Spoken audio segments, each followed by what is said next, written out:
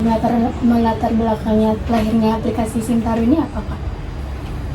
Yang tadi untuk agar semua orang masyarakat di Sumatera Barat itu bisa mengakses rencana tata ruang lebih gampang, jadi lewat handphonenya atau apa gitu bisa akses, bisa tahu peruntukan ruangnya.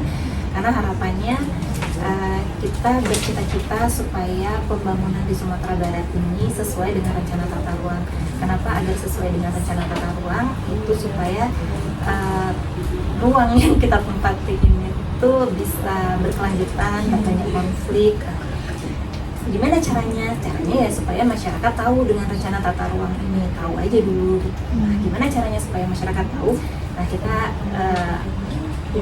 adalah beberapa pendekatan sosialisasi tadi. Kita ada di radio, kita menyasar teman-teman di SMA. Nah, salah satunya melalui aplikasi Simtaru.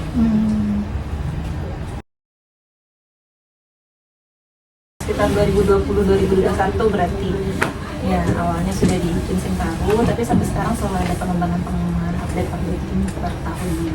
Seperti layaknya membuat sistem manajemen yang lain lah, sama aja kan, kita bikin alurnya kayak apa, kemudian dibikin ada programming sama hasilnya macam sampai jalan sekarang. Bagaimana proses koordinasi antar instansi dalam mendukung penerapan Simtaru, Kak? Jadi sebenarnya Simtaru ini untuk provinsi memang dari kita di tata ruang yang kelola. Tapi selain menyampaikan RT RW provinsi, di sana juga ada data-data yang kabupaten kota. Nah, biasanya memang data-data yang memang sudah publis, yang sifatnya memang sudah resmi, itu yang bisa kita akses. Jadi selain yang legal sifatnya, jadi bukan yang rencana. Nah, selain yang ini kita konekin ke sumber prof juga kayaknya di sini. Jadi nggak hanya buka Simtaru, tapi juga kalau kita buka link dari sumber prof ada link ke Simtarunya. Pertanyaan selanjutnya, layanan apa saja yang dapat diakses masyarakat melalui Simtaru? Itu tadi Simtaru tuh RT RW provinsi, ada perdanya, kemudian ada petanya, ada SHP-nya, terus ada juga RT RW kabupaten kota. Jadi di Simtaru tuh juga nggak cuma kita bisa berbentuk dokumen. Jadi kalau kita mau tahu misalnya peruntukan ruang di misalnya rumahnya di mana gitu, kita masukin koordinat, nanti kita searching bisa ketahuan ini bisa digunakan untuk apa, kegiatan apa yang diperbolehkan, apa yang tidak diperbolehkan, terus syarat-syaratnya seperti apa, itu bisa dilihat di Simtaru. Dan selanjutnya, Kak, bagaimana perbedaan proses pelayanan tata ruang sebelum adanya Simtaru dan setelah adanya Simtaru ini, Pak? Ya, bedanya ya sama kayak yang sebelum ada sistem, sebelum ada sistem sama sesudah ada sistem. Kalau dulu kalau orang minta mau data harus ke sini, harus bersurat, prosesnya panjang. Kalau ini kan bisa tanpa harus mengirim surat, menunggu proses administrasi yang lama. Nah, itu bisa langsung cek aja, bisa langsung download, bisa langsung tahu informasi ruangnya seperti apa. Jadi memang waktunya lebih efektif dan efisien lah secara waktu. Ya, Kak, untuk sasaran utama penggunaan Simtaru ini itu siapa aja? Semua yang mau tata ruang, mau tahu tata ruang gitu. Siapa aja yang butuh menggunakan ruang? Ya, kita misalnya adik-adik mau makan, sekolah, apa semua kita di ruang. Jadi siapa sasarannya? Ya semua yang butuh informasi tentang ruang, semua yang menggunakan aktivitas yang ada di ruang, masyarakat, pelaku usaha, investor, OPD yang melakukan pembangunan, yang misalnya mau bangun jalan, terus mana rutenya, mana jalan yang sudah ditetapkan dalam provinsi, nah itu bisa dilihat. Berarti untuk publik semua ya, Kak? Iya, untuk publik. Semua bisa akses pokoknya. Jadi kami tuh pernah dulu nggak sih waktu, tapi sekarang juga ada sosialisasi dan tata ruang dulu. Iya. Kami anak SMA tuh dari masing-masing rumah kita dipanggil sosialisasi apa itu tata ruang. Jadi kalau seandainya apa tahu dikit-dikit pasti akan. Gimana langkah-langkah yang dilakukan masyarakat ketika ingin menggunakan Simtaru, mulai dari akses sampai mendapatkan informasi tata ruang itu sendiri? Adiknya udah pernah buka Simtarunya belum? Nanti buka sendiri ya dari Kemarin buka. udah sih. Ya kan bisa kan buka langsung ketahuan, bisa menu-menunya, klik-klik semua menunya, bisa dicek sendiri aja. Nah, nggak ada harus login yang gimana-gimana, bisa langsung. Terus seberapa besar tingkat pemanfaatan Simtaru oleh masyarakat hingga saat ini? Itu bisa cek di visitor, biasanya di website ada visitornya ya. Kan bisa cek di situ aja nanti. Iya, ada berapa orang yang ngecek.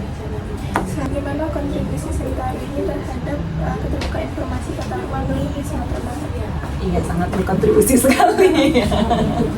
Bermanfaat sekali. Iya, karena kan sebenarnya masyarakat untuk tata ruang itu kan sebenarnya susah, mau cek di Perda juga harus download Perda, panjang kata kalimat semua, berapa pasal gitu. Jadi sebenarnya sulit untuk mengerti tata ruang kalau kita cuma buka Perdanya aja, harus benar-benar baca. Tapi dengan Sintaro ini sebenarnya menyederhanakan proses membaca. Lagi kita bisa lihat data, informasinya lebih mudah dipahami. Jadi mungkin harapannya memang dengan Sintaro ini maksud-maksud dari tata ruang itu dapat tersampaikan dengan mudah. Manfaat paling signifikan apa yang dirasakan oleh pemerintahan daerah terkait dengan Sentaro? Ya kalau misalnya ada yang minta data, kita bisa langsung cek ke Sintaro. Nggak harus lewat bersurat administrasi yang ribet kan. Berarti administrasinya lebih mudah ya? Dari Iya. masyarakat.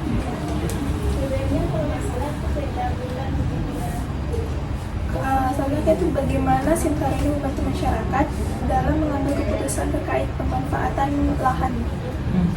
Jadi sederhananya misalnya ketika masyarakat ingin bangun usaha, misalnya mau membuka katakan uangnya banyak nih, membuka kawasan industri gitu kan. Nah cuma dengan Sentaro ini masyarakat tuh bisa langsung penapisan sederhana lah istilahnya, kira-kira di kawasan yang dia punya, dia mau beli tanah nih, udah ditawarin tanah untuk bangun industri, cuma dia harus cek dulu ke tata ruang. Karena ketika dia tidak sesuai dengan tata ruang, perizinan belakangnya pasti nggak boleh. Jadi sebelum dia misalnya mengeluarkan modal yang lebih besar, yang lebih banyak, tahu-tahu tanahnya nggak bisa dipakai, dia bisa cek dulu di Sintaro. Ini tanahnya, lokasinya bisa digunakan atau tidak, syarat-syaratnya seperti apa. Nah, harapannya itu bisa membantu keputusan masyarakat, terutama yang akan membangun kawasan itu atau investor untuk memanfaatkannya. Apa kendala yang dihadapi oleh Sintaro ini dalam pengoperasiannya? Apa kendalanya? Sebenarnya secara teknis, karena mungkin kita ada tenaga IT, tenaga ininya langsung, mungkin nggak ada kendala yang berarti sih sebenarnya. Iya, karena di masyarakat. Kalau bagi pemerintah, apalagi tata ruang itu semua menjadi hal yang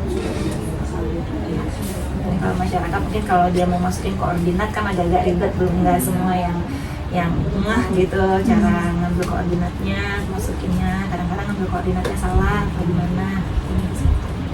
Berarti upaya itu dalam menghadapi kendala itu apakah sosialisasi atau Iya, kadang-kadang kita ada sosialisasi, kita di sana juga ada menyertakan kontak untuk kalau ada kendala siapa yang dihubungi.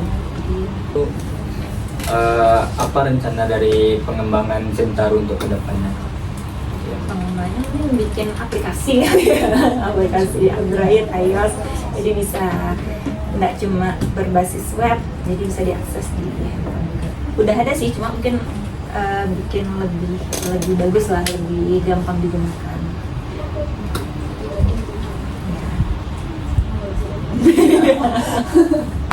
Secara teknis paling gimana caranya supaya Sintaro ini lebih terjangkau sama masyarakat lebih banyak yang tahu Sintaro, karena kan nggak semua masyarakat tahu Sintaro. Nah, baik Kak, sebelumnya kami mengucapkan terima kasih untuk waktu dan informasi yang telah diberikan. Kita akhiri dulu wawancara.